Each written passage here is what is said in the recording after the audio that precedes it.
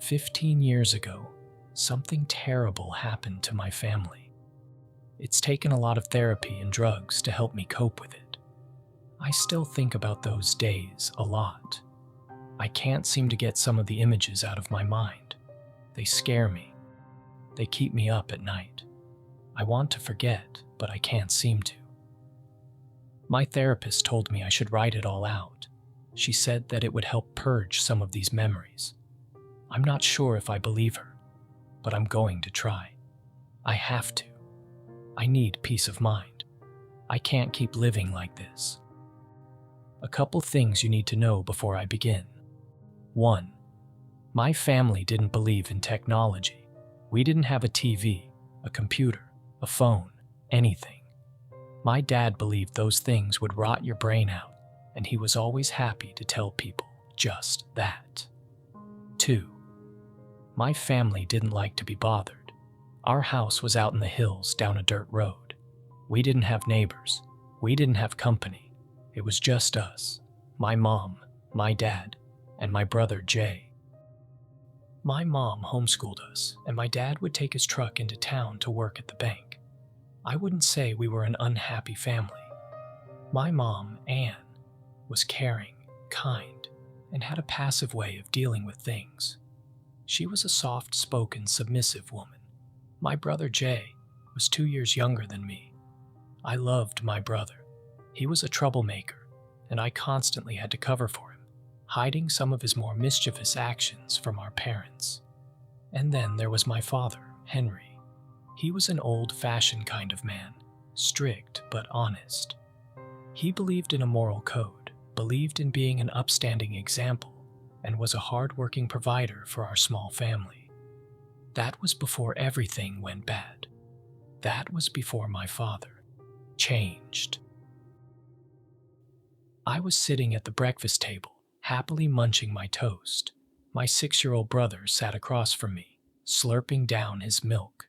My father walked into the kitchen and asked Jay to stop being so rude before going to my mother and pecking her on the cheek, bidding her good morning.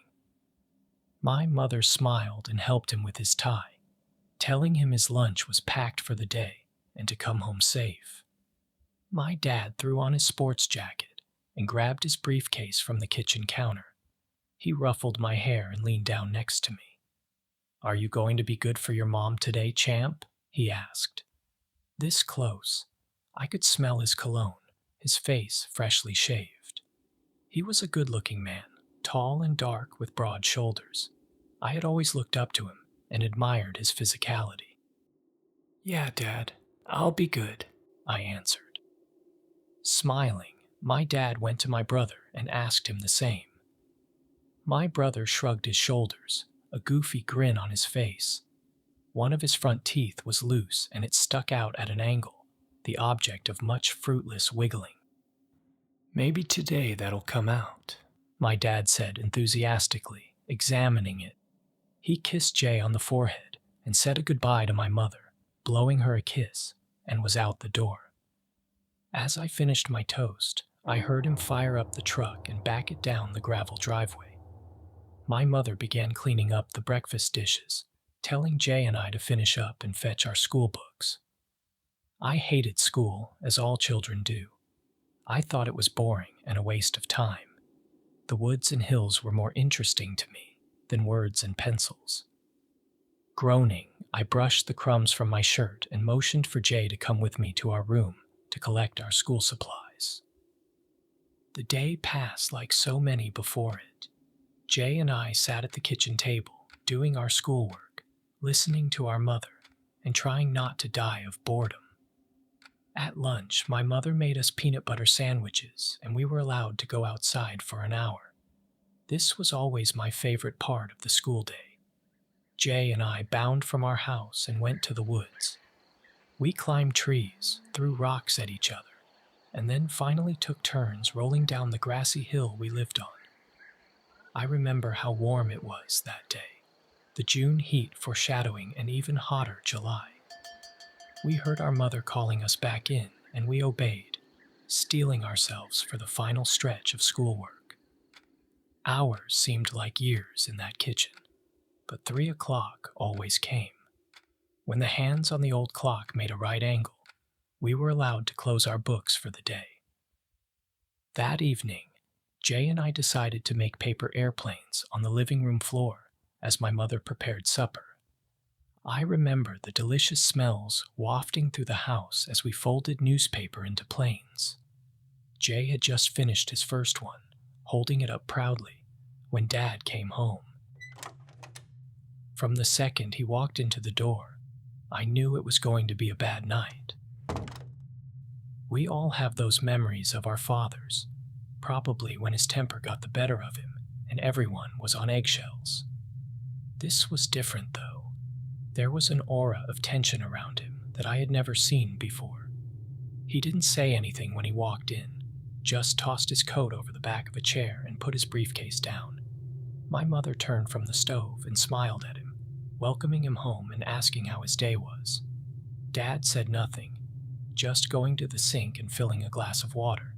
He drained it in one long gulp and set the glass down. He turned to Jay and I, something hard and dark in his eyes. "What are you doing?" he asked, his tone sharp. "Look, Dad, it's a B-52 bomber," Jay said proudly, swooping his paper plane through the air. My father took a step forward suddenly and snatched it from his hand, examining it. He lowered the plane and stared at us. "Is this the paper I was reading this morning?" I swallowed. Yep. Dad was in a bad mood. "I told them they could use it. I thought you were finished reading it," my mother intervened. My dad turned to her.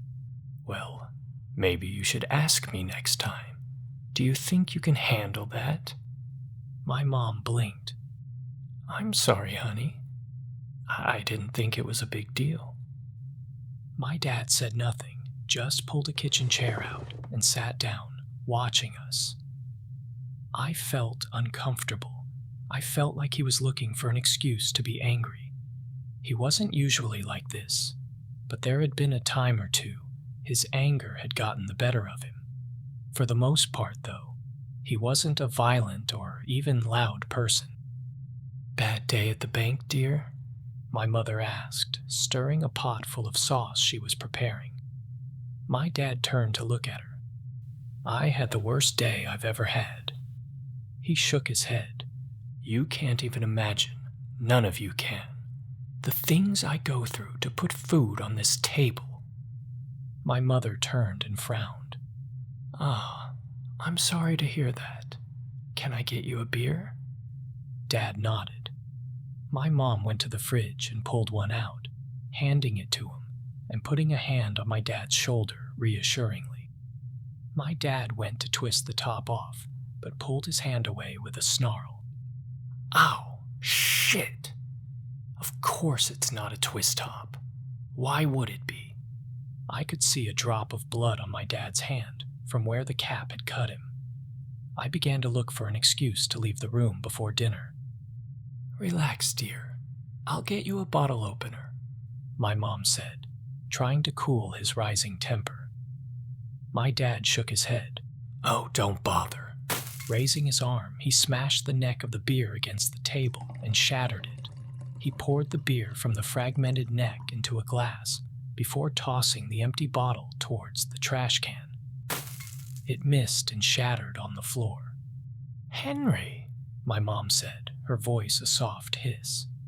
My dad took a long pull and set the glass down hard on the table. "Maybe next time you should get the twist-off caps. Maybe you should think about me every once in a while." Not wanting to fight, my mom quietly turned around and continued making dinner. My dad took another drink from the glass and looked at Jay and I. I quickly looked down at my half-made paper plane and mindlessly fiddled with it. I didn't want him to even know I existed right now. "Tommy," my dad called me. My heart froze. I looked up at him, panicked. "Were you good today?" he asked. "Was Tommy a good boy for Mommy?" His voice was condescending, and his eyes bore into mine. I nodded. He drained the rest of his beer, staring at me. before putting it down and muttering, "You better have been." As my brother and I tried to melt into the floor, my dad stood and went to the bedroom to get changed out of his work clothes. I let out a sigh of relief and looked at Jay. He grimaced at me and shook his head, his loose tooth jutting from his upper lip. "Be good tonight," I whispered urgently to him. I picked up my plane and decided to stash it in my bedroom. I didn't want to give my dad any excuse to flip out tonight. Out of sight, out of mind. As I walked down the hallway towards my bedroom, I passed my parents' room. I glanced inside and saw my dad. He was standing by the bed, shirtless and facing the door. For a split second, I froze, expecting him to bark at me for something. But then I saw he had his hands over his eyes, his elbows jutting away from his body. He didn't move a muscle, just stood like that, silently, like he had been turned to stone. I didn't know what to make of it, the odd display unnerving me. I didn't stick around to find out what he was doing, and quickly scooted down the hall to my room. I deposited my plane on my dresser, just as I heard my mom call everyone for supper. Jay and I trot to the table as my mom placed a steaming bowl of hot spaghetti on it, smelling of garlic and basil. Jay rubbed his stomach and swooned, expressing to Mom how hungry he was. I took my place at the table next to him as my father entered the kitchen. Wordlessly, he took a seat at the head of the table, opposite my mother, who shot him a cautious glance. He folded his hands and turned to me. "Why don't you say grace for us tonight, Tommy?" I nodded and closed my eyes, locking my fingers together. "Dear Jesus, thank..." I jumped as my dad slammed his hand down on the table. Jay let out a little squeak, and my mom visibly flinched. My dad leaned towards me. "Now, Tommy, how do you expect Jesus to hear you when you talk so softly? Start over, but louder." My heart was thundering in my chest, and it took conscious effort to keep my voice from shaking. My father's outburst was so sudden and out of character for him that I didn't know how to respond. I lowered my head and began again. "Dear Jesus, thank you for the food, and thank you for Mom who made it." After a pause, I added, "And thank you for Dad, who goes to work for it. Amen." My mom echoed my amen and told me that was a nice prayer. Jay was staring at my dad, unease blooming in his eyes. Dad looked at the bowl of spaghetti, and I saw his jaw clench. "This again? I guess it's not your fault, Anne, that you can't cook anything but noodles.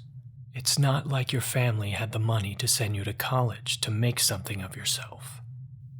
My mom looked up at him, shock rippling across her face. My dad met her stare, his face carved from stone. He was daring her to say something to him. Anything. Wisely, my mom lowered her eyes and began spooning out the steaming spaghetti. Jay immediately dug into his, twirling his fork around the sauce noodles and shoving them hungrily into his mouth. I winced as he slurped down a mouthful, causing the red gravy to squirt from his lips. My dad turned to him, his eyes ice. "Jay, what have I told you about being rude at the table?" Jay froze, fork halfway to his mouth. He stuttered, mind blanking. My dad curled a finger at him. "Come here. Now." I felt my heart sink into my guts and turn to rot. I was breathing heavily, not wanting my brother to be in any kind of trouble. I watched as he slid from his chair, fear in his eyes. "Bring me your plate," he said in that same iron voice. Jay turned and took his plate, slowly walking it over to stand in front of my dad. My father looked him over, shaking his head, his mouth twisting into a grimace. "I didn't raise a pig," he said darkly. "But if you insist on being one, you're going to eat like one." He suddenly grabbed Jay's plate and threw it on the floor, shattering it and spraying spaghetti everywhere. I jumped in my seat again, forcing my eyes away and praying I'd disappear. My mom gasped and her mouth fell open. My dad pointed to the floor. "Go ahead, son. If you're so desperate to be a barnyard animal, go ahead and eat like one." Jay looked at my mom, and I could tell he was on the brink of crying, unsure what to do, begging someone for help. "Henry, don't you think you're overreacting a little bit?" my mom ventured timidly. My dad slammed his hands down again, his voice rising. "Anne, if you don't raise these kids to be grunge... hate it when the wind blows north." Everyone paused. I chanced to glance at my dad. What? It sounded like he had switched sentences midway through.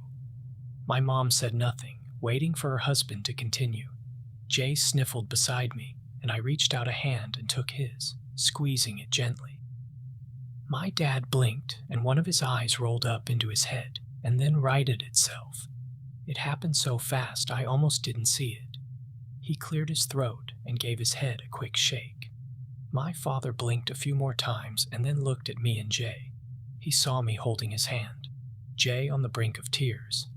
"Tommy, let go of your brother's hand," he said, his eye twitching slightly. I obeyed, our sweaty palms separating. I watched my father, food forgotten, my throat dry and mouth parched. I didn't understand why he was acting like this. I had never seen him this hostile towards us. I knew that sometimes when he had a bad day at work, he came home frustrated, but never like this. What had happened today? My father looked at me in my seat, waving Jay to sit back down. "Tommy, your brother was being punished. Do you know why I punish you boys? It's so that you understand right from wrong. Now, I just saw you trying to comfort your brother." He leaned toward me, his breath hot. "That tells me that you're on his side.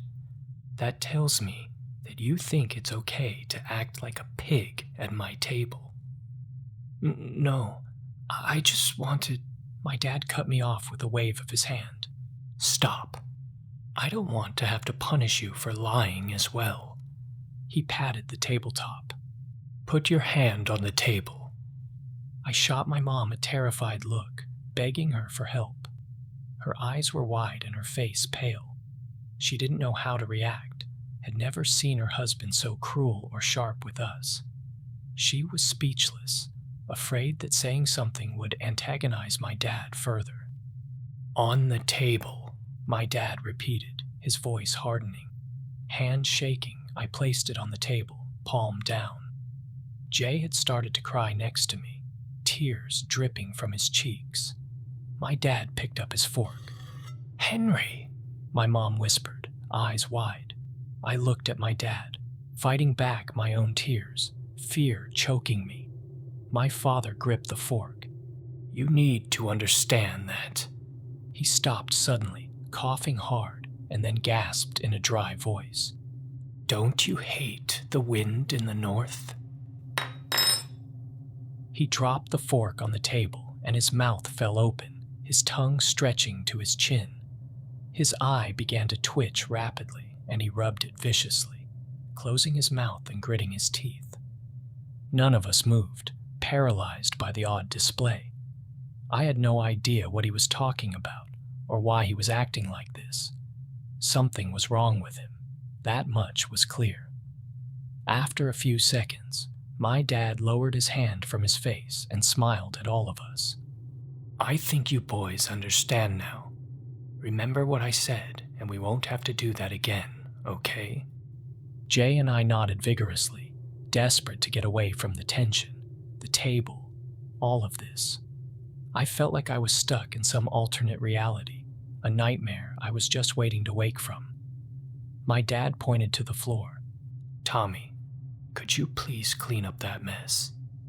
As I scrambled to comply, he turned his eyes to my mother, looking her up and down where she sat. He began to twirl a spoon in his hand and got a strange look in his eye. It was as if he was evaluating her as a person, taking in all her physical features. As I was scraping globs of spaghetti into the trash, I heard my father say, "Jay, can you go around the back of the house and get me a brick?" I heard my brother get up and open the side door to the outside, the hinges creaking in their familiar way. "Henry, what's wrong?" I heard my mom ask in a hushed voice. Even as I sponged up the mess, I could hear the fear in her voice. My dad didn't respond. I finished wiping sauce from the floor, just as Jay shuffled back into the house. He held a brick in his hands, dirt staining his fingers. With downcast eyes, he brought it to my father and placed it on the table next to him. My dad turned to the both of us, his voice cold steel. "Now, both of you go up to your room for the night. I'm going to fuck your mother." I heard my mom gasp as Jay and I turned away. I took my brother's hand in mine, heart racing. I was terrified. I rarely heard my dad use that kind of language before, and never in such an abrasive manner. As we quickly walked to our room, I looked at Jay and saw his face was a mess of snot, drool, and tear-streaked terror. His eyes were wet and wide with confusion. He didn't understand any of this, didn't understand why his father was being so mean to him. I didn't either, and so I gave his hand a little squeeze, unsure what else to do. We closed the door to our bedroom and stared at each other. We could hear our dad yelling loudly in the kitchen, his voice rising. Jay covered his ears and ran to his bed, collapsing into his pillow. I went to him and put a hand on his back as he cried, his sobs muffled in the cotton. Then I heard my mom start to scream. I felt tears spill from my eyes, and I began to hyperventilate, each breath a desperate attempt for oxygen. I covered my ears and squeezed my eyes shut as something crashed to the floor in the kitchen. More banging followed, and all the while, my mother continued to shriek, her voice rising to an inhuman level. There was agony in her cries along with fear, and I kept waiting for her to stop. But she didn't. It kept going, and going, and going, and going. Jay was weeping now, shaking his head into his pillow, trying to block out the sound. His whole body was shaking, and it sounded like he was having trouble breathing. I laid down next to him and clutched his body to mine, my own tears spilling into his hair. I didn't know what to do, didn't know when this horrible nightmare would end. I heard another crash as something shattered in the kitchen. I heard my mother howling and the screech of table legs on the hardwood floor. I heard Jay praying to God, his voice trembling. I clutched him tighter, realizing that I was sobbing as well. My whole body felt like it was a quivering mass of jello, my muscles weak and useless. I was more terrified than I had ever been in my life. Finally, my mother stopped screaming. A soft hush fell over the house. I didn't hear anything except the blood pumping in my ears. Jay had quieted to a series of soft sniffles, his face still buried in the pillow. I looked up from the bed, staring at the closed bedroom door. I begged it to remain shut. I heard movement in the house, footsteps that came down the hall and stopped on the other side of the wall in my parents' bedroom. I heard shuffling and then a door shut. I waited. I prayed.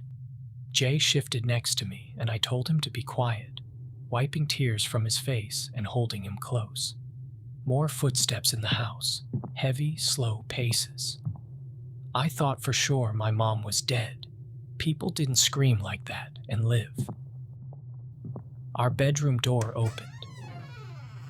Jay let out a little scream and shrunk into me as my dad entered. He was crawling on all fours, his mouth hanging open, drool running down his chin, his eyes rolled back into his head.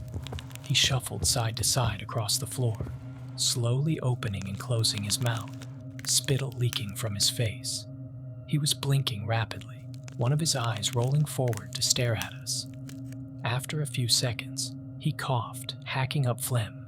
Growling, he wiped his lips and stood, looking down at us cowering on the bed. "Come with me," he said, his voice a low rattle in his chest. I didn't move. Jay shrunk further against me. I could feel his body shaking against mine, sweat beading on his skin. My dad took a step towards us. "Get up, both of you, right now." "Where's Mom?" I asked, voice trembling. He was standing in front of us now. "She's resting. She's had a long day. Now, get up." Jay shifted against me, and then he was sliding to the floor. Without much choice, I followed his example. My dad placed a hand on each of our shoulders and guided us towards the door. As we were directed through the house, I listened for my mother. What had he done to her? Where was she?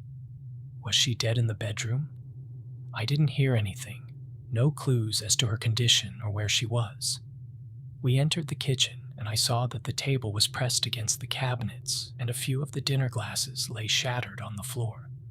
I expected to see blood smeared across the floor or dripping down the surfaces, but there was none. At least, that was until I saw the brick. It had been placed on the counter by the sink. Half of it was soaked with thick, oozing blood. When I saw it, I felt my body tense up. My dad must have felt the change in my stance, because his grip tightened on my shoulder. Jay was sniffling beside me, his eyes cast down, refusing to look up and potentially see the horrors my father had bestowed on my mother. My dad pushed us through the side door, outside. The night air was humid and sticky on the skin. A fat yellow moon hung in the sky like an out-of-place Christmas ornament. Stars twinkled across the black canvas, and my ears were filled with the sound of chirping night critters. Contrary to inside, everything felt alive out here, pulsing in unison to the night's dark heartbeat. We were led around to the back of the house, towards our old shed. My dad didn't keep much out there, just a few tools and the rickety lawnmower, both of which weren't used much throughout the year. I didn't like the shed. Something about it always haunted me. At night, as I lay in bed, I would imagine some creature hiding inside, waiting until I fell asleep, before emerging and creeping into my room to watch me. Jay and I jerked to a halt as my dad squeezed our shoulders. "Wait here," he said, his voice sounding far away and strange. I glanced over my shoulder and saw he was rubbing his eyes. "I want to go back in. I want Mom," Jay sobbed, wiping his nose with the back of his hand. "You can go in when..."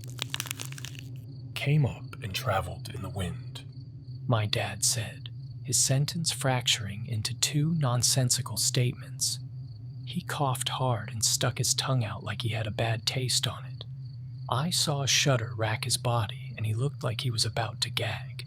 He gained control of himself with a quick shake of his head, closing his mouth so hard his teeth clicked together. I watched as he came around us and walked towards the shed. He looked back, making sure we were obeying, and then went inside. Jay looked at me, his eyes full of fear. He expected me to have some kind of explanation, an answer to the madness that surrounded us. I couldn't summon the words to comfort him, didn't know what combination of soothing syllables I could possibly string together to calm his terror. "What is he going to do to us?" he whispered, the warm moonlight shining in his eyes. "It's going to be okay," I said softly, the words tasting like a lie. We heard movement from the shed, our father's actions hidden behind the closed door. A warm breeze stirred the distant trees, and the night was filled with the sound of rustling leaves. My hair danced across my forehead in the wind, and I begged to blow away with it. Jay and I remained frozen in place, neither of us knowing which would be worse, facing whatever my father was preparing or running away and facing the wrath that came after. It's not like we had anywhere to run.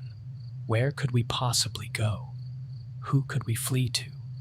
Our minds were trapped inside our youth, doomed to the almighty authority of our father. The shed door opened, snapping me out of my thoughts. My dad stepped back into the night, his figure draped in shadows and dark moonlight. "Both of you, get inside," he ordered. Jay grasped my arm as we shuffled forward, our father stepping aside to let us pass. The smell of rotting wood and old grass assaulted my senses, and I rubbed my hand across my nose, trying to scrub the stench away. My dad had illuminated the cramped space with an old electric lantern. It sat on the workbench on the right, our small lawnmower catching the light on its dull metal surface. Tools piled around the lantern, an array of rusted hammers, screwdrivers, and pliers. I couldn't remember the last time my dad had actually used any of them, but all of that was seen with a passing glance. That wasn't what held my attention. Something else did, my eyes drawn to it like fire and gasoline. Jay's fingernails dug into my skin as he saw it too, his breath catching in his lungs. A noose hung from the crossbeam, dangling down into the empty space. The rope was knotted tight, the twisting cords more menacing than anything on the workbench. My dad entered behind us, shutting the door. He went and stood by the noose, motioning me forward. "Come on now, Tommy. Let's get this over with." Dad? I croaked, mouth dry and voice cracking like a dead twig. What are you going to do? My heart was pressed against my ribs, throwing itself against bone, a wild beast in my chest. Dad traced the hanging loop with his fingers. "You're going to be my wind chime, son. I need to know when the wind will blow north. I think you'll make a good chime once I empty your insides out. But I'll do that after." Why are you doing this, Daddy? Jay cried, wet tears rolling down his cheeks. He didn't answer, just waited for me to go to him.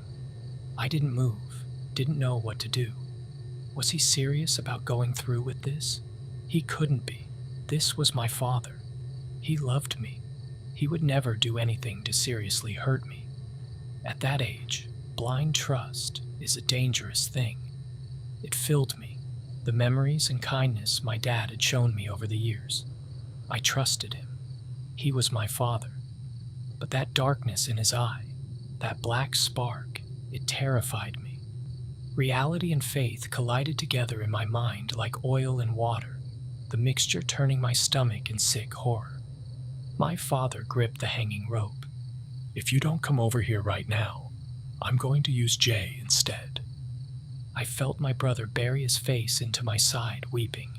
No, no, no, no, no, no, over and over again, his tears damp on my shirt. I wrapped an arm around his head, feeling his sweaty hair brush over my skin. My heart was audible in my ears, my lips cracked and dry, breath coming in stuttering heaves. Dad, I cried, feeling myself begin to cry. Dad, I don't want to. Please, Dad. My face was flushed as the fear came bubbling out of my face in wet streaks. My father suddenly reached out and grabbed me, gripping my arm and yanking me towards the rope.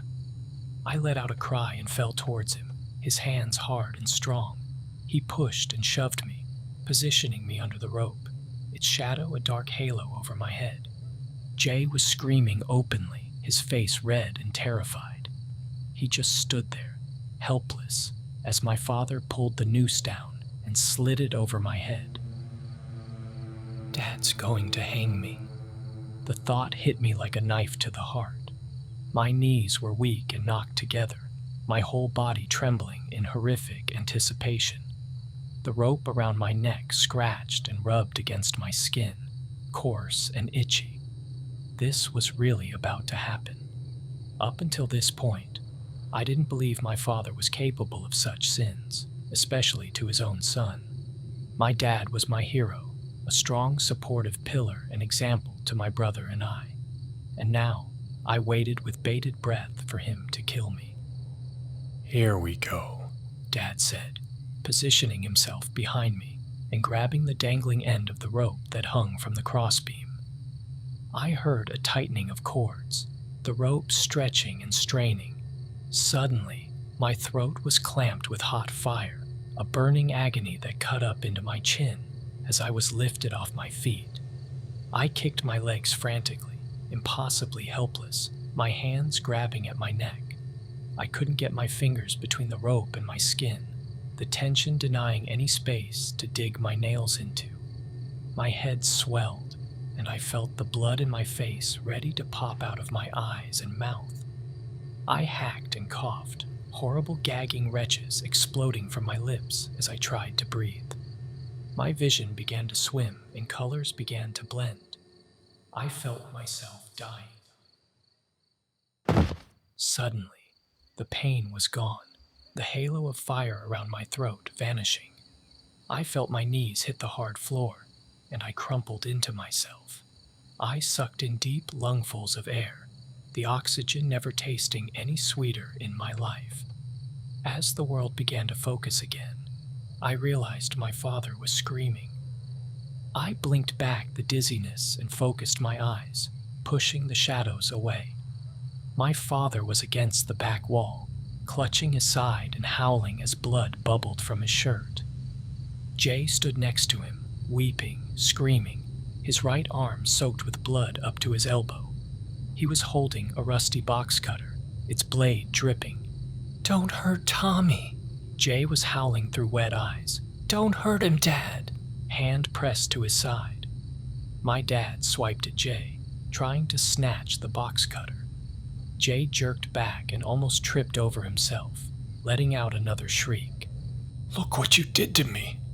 My dad grimaced, pulling his hand away and revealing a deep gash in his side, his shirt tattered and red. I struggled to my feet, reaching out and pulling Jay towards me.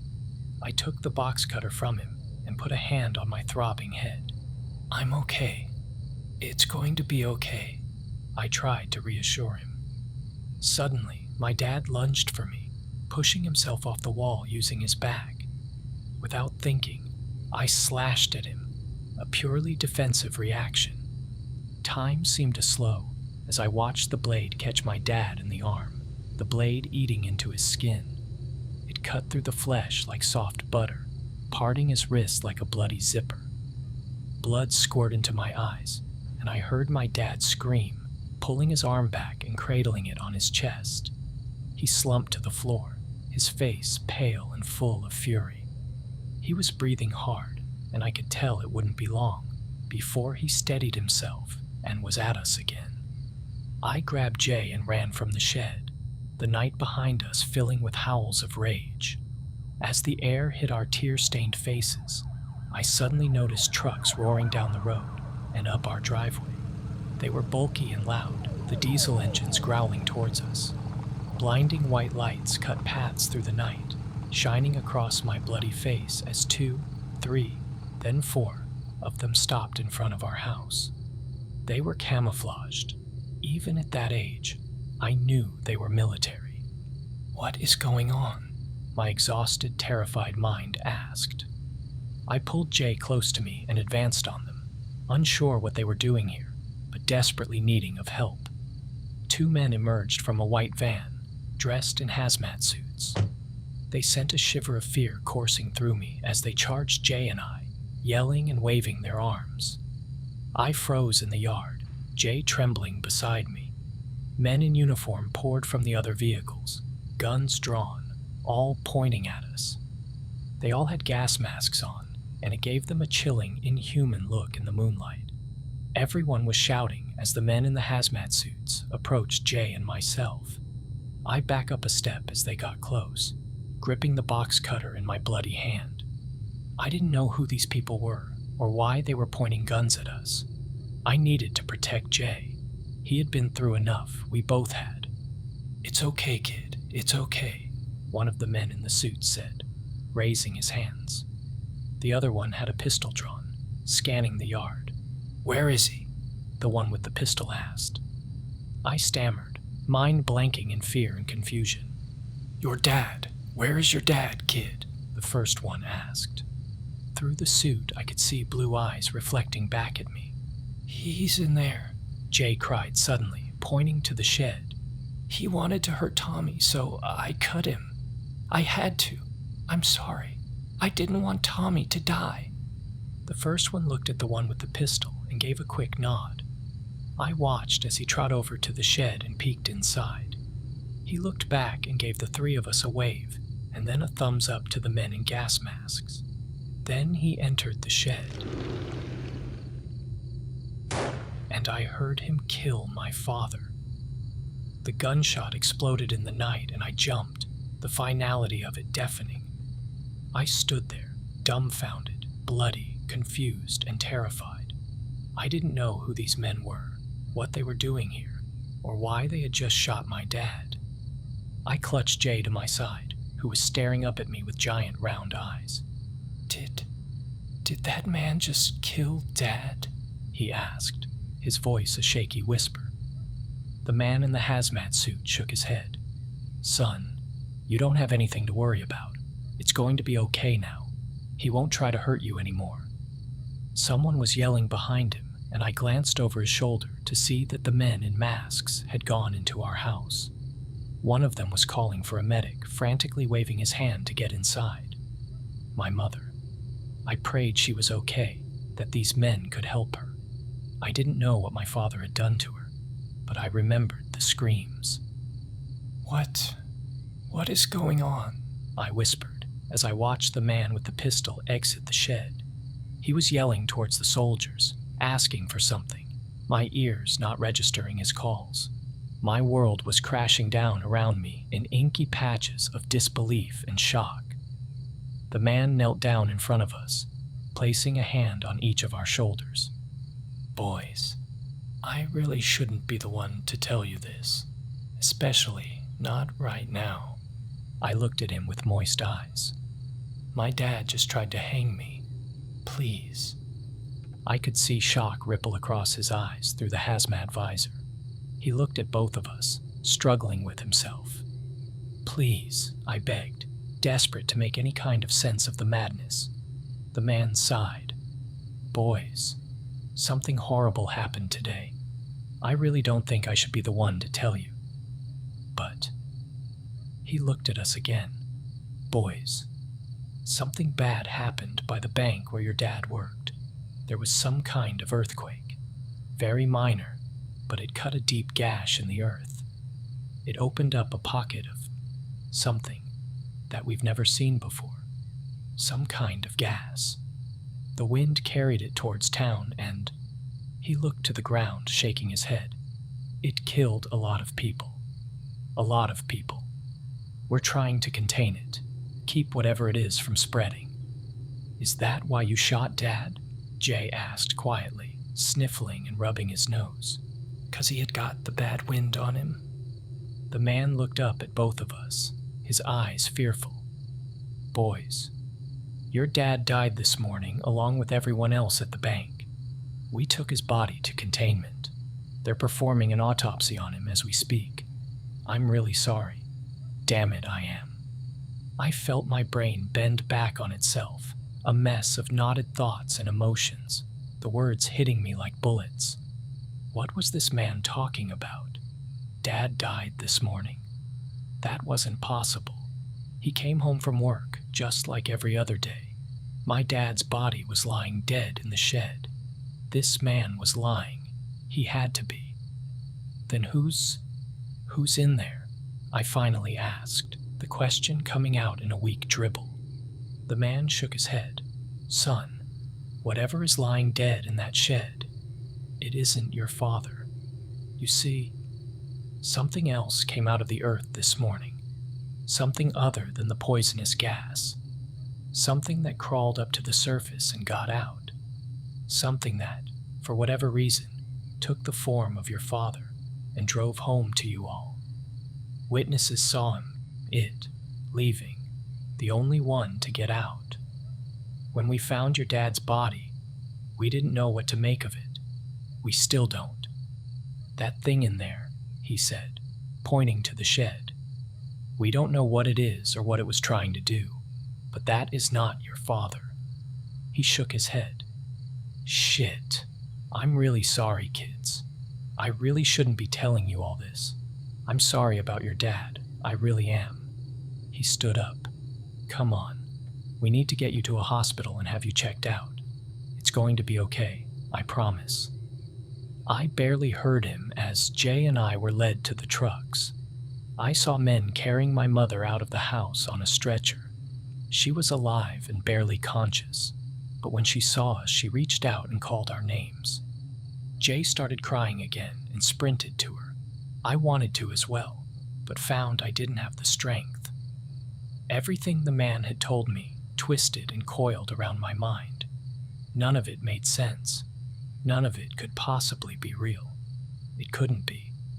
How could my entire life change so drastically in one night? What was going to happen to us now?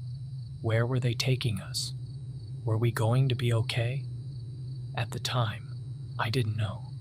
I felt someone grasp something out of my hand, and I realized one of the soldiers was trying to pry the box cutter out of my grip.